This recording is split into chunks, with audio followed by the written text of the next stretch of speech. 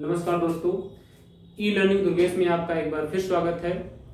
आज का जो हमारा टॉपिक होगा वो होगा बल आघूर्ण और जड़त्व आघूर्ण।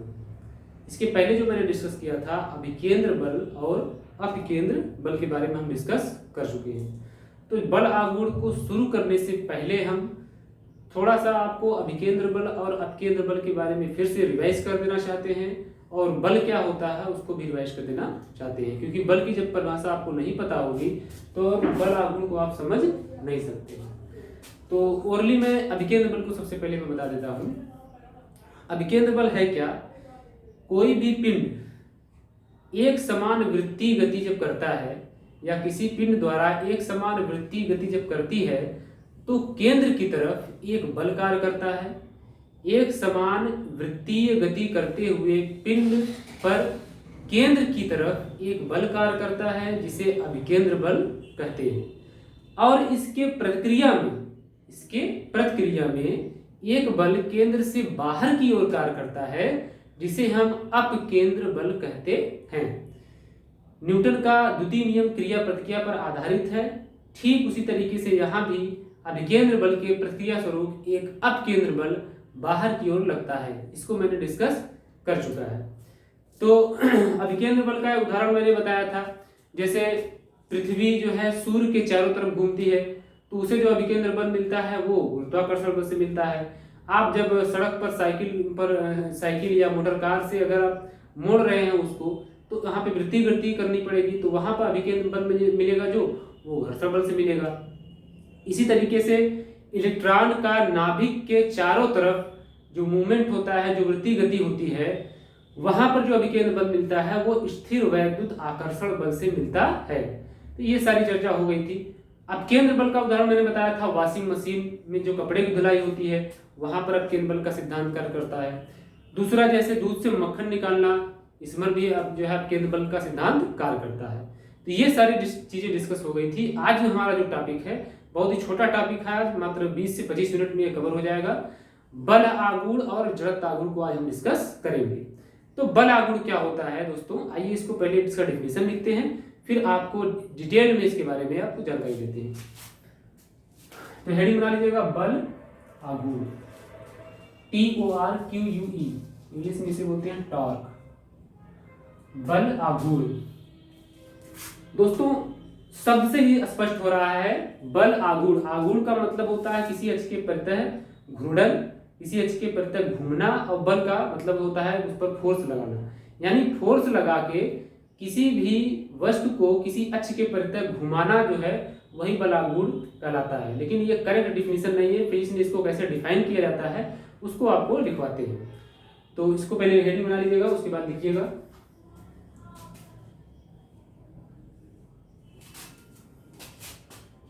किसी बाह्य बल द्वारा, किसी बाह्य बल द्वारा किसी पिंड को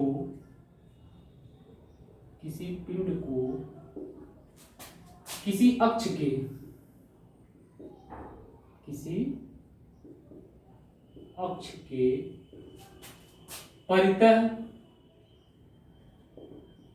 घुमाने की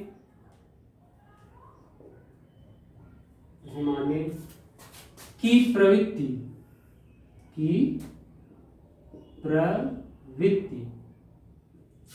बल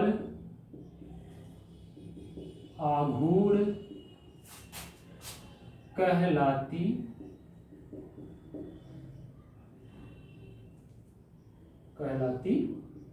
है। ठीक है दोस्तों, किसी बाह्य बल द्वारा, कोई बल लगा के किसी बाह्य बल द्वारा किसी पिंड को पिंड जो है कोई जो है वस्तु हो, पिंड का मतलब यहाँ वस्तु कोई भी जिसमें मास हो उसे पिंड कह सकते हैं। किसी पिंड को किसी अक्ष के परितः जो घुमाने की प्रवृत्ति होती है, मतलब किसी अक्ष के परितः उसको घूर्णन कराने की जो प्रवृत्ति होती है, किसी अक्ष के परितः घुमाने की प्रवृत्ति बल आघूर्ण कहलाती है। मतलब बल आघूर्ण का मतलब किसी अक्ष के परितः जो घुमाने की जो प्रवृत्ति होती है उसी को हम बल आघूर्ण कहते हैं। ठीक है। बल आघूर्ण बराबर बल गुणे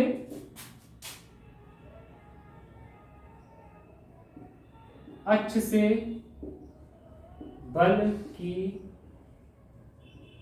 क्रिया रेखा के बीच की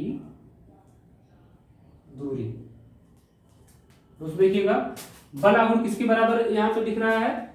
बल गुणे अक्ष से, मतलब जिस अक्ष के परितः वह गुणन कर रहा है उस अक्ष से बल की क्रिया रेखा के बीच की दूरी। मतलब मान लीजिए अक्ष यहाँ पर गुणन कर रहा है और उसके बाद बल कहाँ लगाया जा रहा है, मान लीजिए बल यहाँ लगाया, तो इसके बीच की दूरी होगी वही है अक्ष से बल की क्रिया रेखा के बीच की दूरी। इसको हम अगर फॉर्मूले में अगर रिप्रेजेंट करें तो F equal to tau equal to, tau यहाँ पे बल आघूर्ण को रिप्रेजेंट करता है, tau equal to F into L। दोस्तों ये फार्मूला बहुत ही इंपॉर्टेंट है। इस फार्मूले से आपका बल आघूर्ण का जो सवाल आएगा वो भी हल हो जाएगा, साथ साथ इसका मात्रक भी आप निकाल सकते हैं। ठीक है, यहाँ मैं देख रहा हूँ टाउ क्या है, tau equal to F into L। यहाँ पे टाउ क्या रिप्रेजेंट कर रहा है? बल आघूर्ण को रिप्रेजेंट कर रहा है। ठीक है, यहाँ नीचे लिख दीजिए टाउ बराबर, इसको टाउ बोलते हैं। ठीक है, कोष्टकों में लिख दे रहा हूँ टाउ। ठीक, बस ये रिप्रेजेंटेशन है, इसका कोई और मीनिंग नहीं है, बस ये जानते रहिए कि ये टाउ है, टाउ से बल आघूर्ण को रिप्रेजेंट करते हैं, ये एक रिप्रेजेंटेशन है। टाउ इक्वल टू क्या है? बल आघूर्ण। टाउ क्या रिप्रेजेंट कर रहा है? बल आघूर्ण। ठीक, यल क्या है? अक्ष से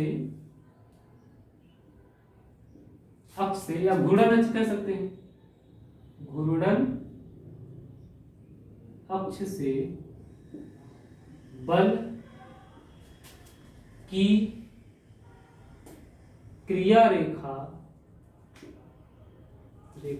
के बीच, क्रिया रेखा के बीच की दूरी क्या है? यल, यल हमें बताता है घूर्णन अक्ष से बल की क्रिया रेखा के बीच की दूरी। दोस्तों यल है क्या? एक्चुअली में इसको प्रैक्टिकली समझते हैं।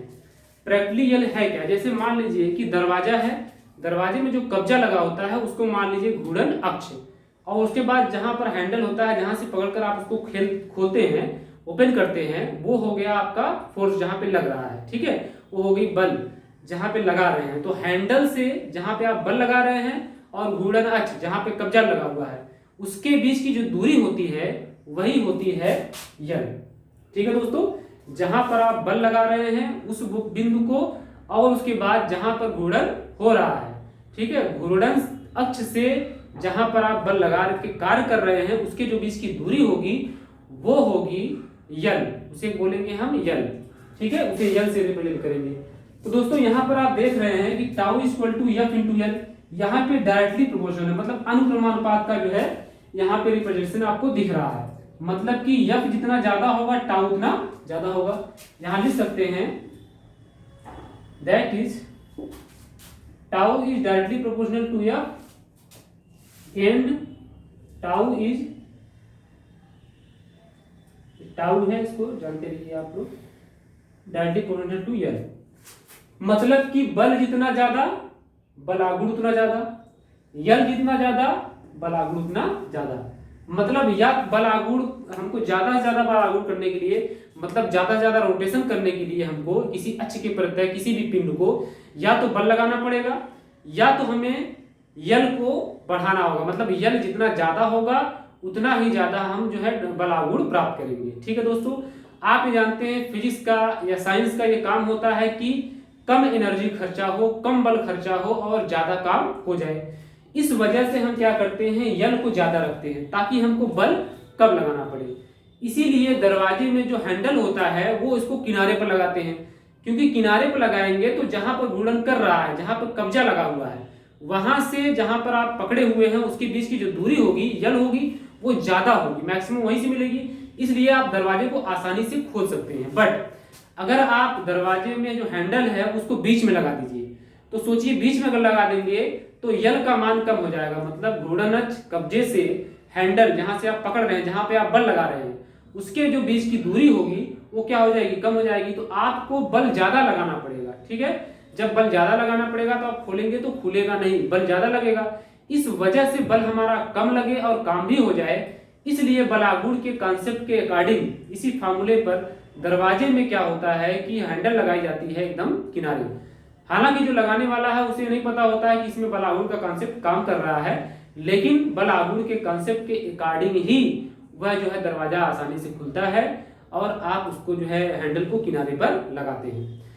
दूसरा कॉन्सेप्ट आप दोस्तों देखे होंगे, जैसे हैंडपंप आप चला जो है आपके घर में होगा, हैंडपंप को आप किनारे से पकड़कर चलाइए तो वहां पर क्या होगा, जहां पे घूर्णन कर रहा है, जहां पे हैंडपंप आप चला रहे हैं, जहां पे वो मूव कर रहा है, वहां से हैंडल की दूरी मैक्सिमम होगी। अगर एकदम किनारे पर हैंडल को आप पकड़ते हैं तो यल का मान बढ़ जाएगा, यल का मान बढ़ेगा तो बलागुड़ भी बढ़ जाएगा। देखिए L is directly proportional to tau, tau जितना ज्यादा यल जितना ज्यादा, मतलब यल जितना ज्यादा होगा बलागुड़ भी उतना ज्यादा होगा, तो मतलब कि रोटेशन उतना ही ज्यादा होगा। इसलिए अगर किनारे से पकड़कर चलाएंगे आप तो कम बल लगाकर ही आप उसको चला सकते हैं, लेकिन अगर आप बीच में पकड़ के चलाइए या एकदम करीब में पकड़ के चलाइए हैंडपंप को, जो हैंडल होता है उसके बीच में पकड़िए, आप खुद महसूस कर सकते हैं कि वहां पर आपको बल ज्यादा लगाना पड़ेगा, क्योंकि जैसे ही इसको यल कम करेंगे, जैसे यल कम करेंगे आपको, तब बल आपको ज्यादा लगाना पड़ेगा, तभी बलागुड़ हो पाएगा, तभी हैंडपंप मूव करेगा, ठीक है, अपने अच्छे के प्रत्यय मूव कर पाएगा। मूवमेंट का मतलब ऐसा नहीं है कि पूरा मूव करे, वृत्ति गति, ऐसा नहीं है। मूव का मतलब यह है कि उसके अक्ष के प्रत्यय घूम सके, जैसे हैंडपंप चलाते हैं केवल ऊपर नीचे होता है, ठीक है। तो इस यहाँ पे जो है बल की जो बल जहां पर जो है अक्ष से बल की क्रिया रेखा की बीच की दूरी जो होती है, जिसे यल कहते हैं, उसको जितना ज्यादा रखेंगे उतना ही बल आघूर्ण आपका ज्यादा होगा। इस पर अक्सर करके सवाल जो है पूछता है कि दरवाजे में कुंडी जो है सॉरी हैंडल किनारे पर क्यों लगाया जाता है, तो आप वहां लिखेंगे कि बल आघूर्ण के लिए, ठीक है, क्योंकि बल आघूर्ण क्या होता है, एफ इंटू यल, मतलब कि जो बल आघूर्ण होता है वो यल के डायरेक्टली प्रोपोर्शनल होता है, यल जितना ज्यादा होगा बल आघूर्ण उतना ज्यादा होगा। उसी तरीके से तीसरा एग्जांपल एक है स्क्रू ड्राइवर, पेचकस जिसको बोलते हैं। दोस्तों पेचकस देखे होंगे आप, पेचकस को ऊपर से पकड़कर आप आसानी से किसी भी जो है नट को आप खोल सकते हैं, ठीक है, जितना बड़ा पेचकस होगा उतनी आसानी से खोल सकते हैं। मान लीजिए पेचकस बहुत ही छोटा हो तो यल बहुत कम हो जाएगा, अब यल जब कम हो जाएगा तो आप उसको खोलेंगे नहीं खोल पाएंगे, इसलिए आप क्या करते हैं, पेचकस का जो लंबाई होती है वो बड़ी रखते हैं, जितना बड़ा पेचकस होगा उतना यल होगा, उतनी आसानी से पेच को आप खोल सकते हैं। इसी तरीके से रिंच आप जानते होंगे, नट बोल्ट खोलने के लिए रिंच होती है, उसको भी बड़ा रखा जाता है, बड़ा रखते हैं, यल बढ़ जाता है, जिसकी वजह से कम बल लगा के आप उसको खोल सकते हैं। तो ये सारी चीजें जो है किस सिद्धांत पर कार्य करती हैं, बल आघूर्ण के सिद्धांत पर कार्य करती हैं। दोस्तों इस कॉन्सेप्ट को आप समझे रहेंगे तो क्वेश्चन जब परीक्षा में आएगा तो आप निश्चित तौर पर इसको कर लेंगे। तो मैंने क्या बताया कि यल जितना ज्यादा रहेगा बल आघूर्ण उतना ज्यादा होगा, अगर यल को कम करते हैं तो बल आपको ज्यादा लगाना पड़ेगा। मैंने बहुत सारे एग्जांपल दिया, आपके दैनिक लाइफ में, डेली लाइफ में बहुत सारे और एग्जांपल होंगे, मैंने 2-3 एग्जांपल लिए, स्क्रू ड्राइवर का एग्जांपल लिया मैंने, हैंडपंप है, दरवाजा है, ठीक है, ऐसी बहुत सारी चीजें हैं। जैसे मान लीजिए एक एग्जांपल ये है कि मान लीजिए कोई बोरा है, उसमें कुछ अनाज रखा हुआ है या कुछ सामान रखा हुआ है, ईंट ही भरी हुई है, आप उसमें रस्सी बांध दीजिए, रस्सी बांध कर उसको खींचिए, रस्सी बांध कर खींचिए, जब रस्सी की लंबाई को आप छोटा कर देंगे तो जब आप उसको खींचेंगे तो आपको ज्यादा बल लगाना पड़ेगा, लेकिन रस्सी की लंबाई को आप बढ़ा दीजिए, मतलब बहुत दूर से खींचिए, तो आपको अनुभव होगा कि कम ही बल लगाकर हम उसको खींच ले रहे हैं, क्योंकि वहां पर यल को आप बढ़ा रहे हैं। जब यल को आप बढ़ा दे रहे हैं तो वहां पर बल आघूर्ण ज्यादा होगा, उसको आसानी से खींच सकते हैं। उसी तरीके से कुएं से जब पानी आप खींचते हैं तो उसमें क्या होता है, जब बाल्टी आप पानी अंदर डाल देते हैं, उसको खींचते हैं, तो जितना दूर से खींचेंगे, मतलब यल जितना ज्यादा होगा, जहां पर घूर्णन वो कर रहा है, ठीक है, जिसको घिरनी बोलते हैं, उससे आप जहां पर लगा रहे हैं उसके बीच की दूरी जितनी ज्यादा हो जाएगी उतनी आसानी से बाल्टी ऊपर आ जाएगी। अगर आप करीब से पकड़कर खींचेंगे तो वहां पर क्या होगा, यल की दूरी कम हो जाएगी और बल आपको ज्यादा लगाना पड़ेगा। कार्य तो होगा वहां भी, लेकिन बल आपको ज्यादा लगाना पड़ेगा। ठीक है दोस्तों, तो बल आघूर्ण क्या है, किसी बाह्य बल द्वारा किसी पिंड को किसी अक्ष के परितः घुमाने की प्रवृत्ति है। ठीक है, किसी पिंड को अक्ष के परितः जो घुमाने की प्रवृत्ति है वही बल आघूर्ण है। बल आघूर्ण जो होता है वो किसके डायरेक्टली प्रोपोर्शनल होता है, एफ के, या यल की।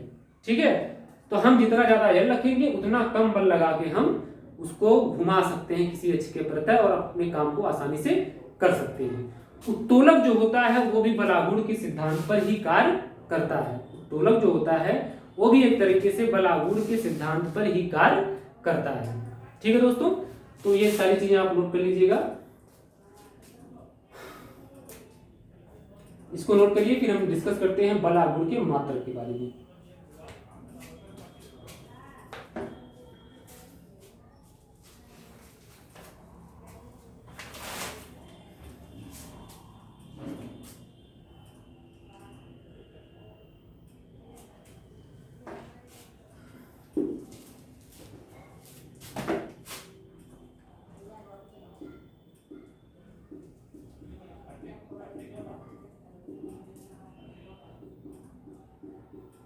बलागुण का उदाहरण लिख लीजिए। मैंने क्या लिखा है, स्क्रू ड्राइवर, स्क्रू ड्राइवर। ठीक है, दूसरा है हैंड पंप, हैंड पंप के हत्थे को बड़ा रखना,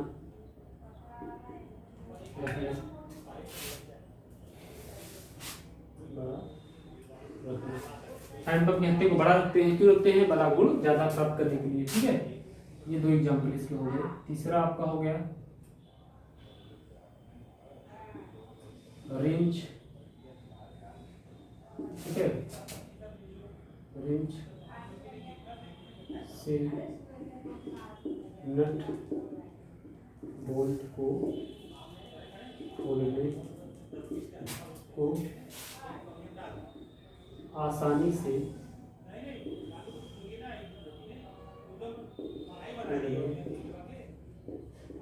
के लिए, आसानी से खोलने के लिए रिंच की लंबाई, रिंच की लंबाई ज्यादा रखती है।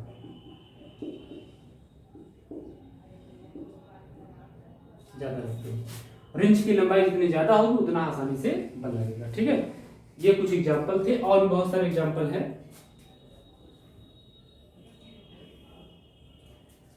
एक लीजिए उत्तोलक, उत्तोलक भी बल आघूर्ण के सिद्धांत पर कार्य करता है। ठीक है, ये हो गया।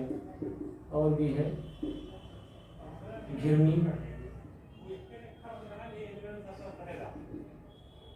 घिरनी क्या होती है, जैसे कुएं से पानी वगैरह खींचते हैं तो घिरनी होती है ना, उसमें रस्सी को बड़ा रखते हैं बलागुण ज्यादा करने के लिए। ठीक है, ये सारे एग्जाम्पल है, बहुत सारे एग्जाम्पल है। दरवाजे वाला मैंने एग्जाम्पल दे दिया आपको, शर्मा लिख लीजिए। दरवाजे में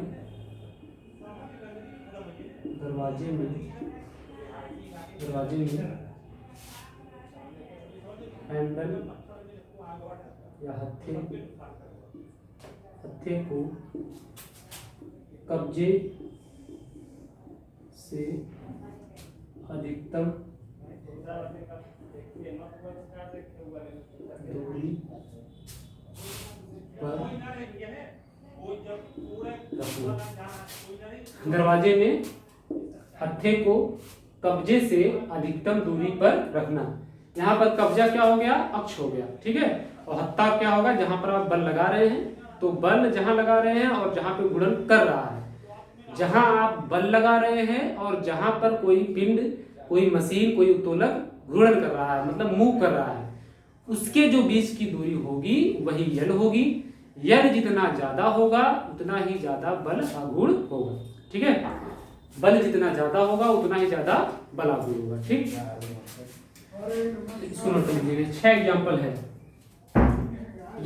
ये सारे जो है चीजें बल आघूर्ण के सिद्धांत पर कार्य करती हैं। आइए देखते हैं बल आघूर्ण का मात्रक। बल आघूर्ण का मात्रक। पहले इसको आप नोट कर लीजिए, 1 मिनट का समय आपके पास है। रेंज है यहाँ पे लिखा, रेंज की लंबाई ज्यादा रखते हैं। उत्तोलक लिखा गया है, उत्तोलक भी बल आघूर्ण के सिद्धांत पर कार्य करता है। घिरनी हो गई, ठीक है। दरवाजे में हत्थे को कब्जे से अधिकतम दूरी पर रखना, हैंडपंप के हत्थे को बड़ा रखना, स्क्रू ड्राइवर, सारी चीजें। स्क्रू ड्राइवर, पेचकस बोलते हैं इसको, पेचकस बोलते हैं, पेचकस, ठीक है। पेच को कसने वाला स्क्रू ड्राइवर, ठीक है। रिंच वगैरह हो गए आपकी।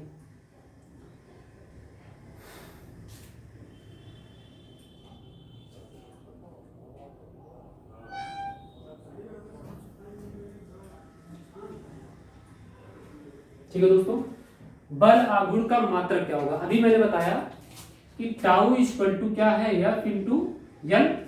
बल आघूर्ण equal to F into L, मतलब बल गुणे यल है। तो यहां पर मात्रक हो जाएगा, देखिए ध्यान से, बल का मात्रक हो जाएगा न्यूटन,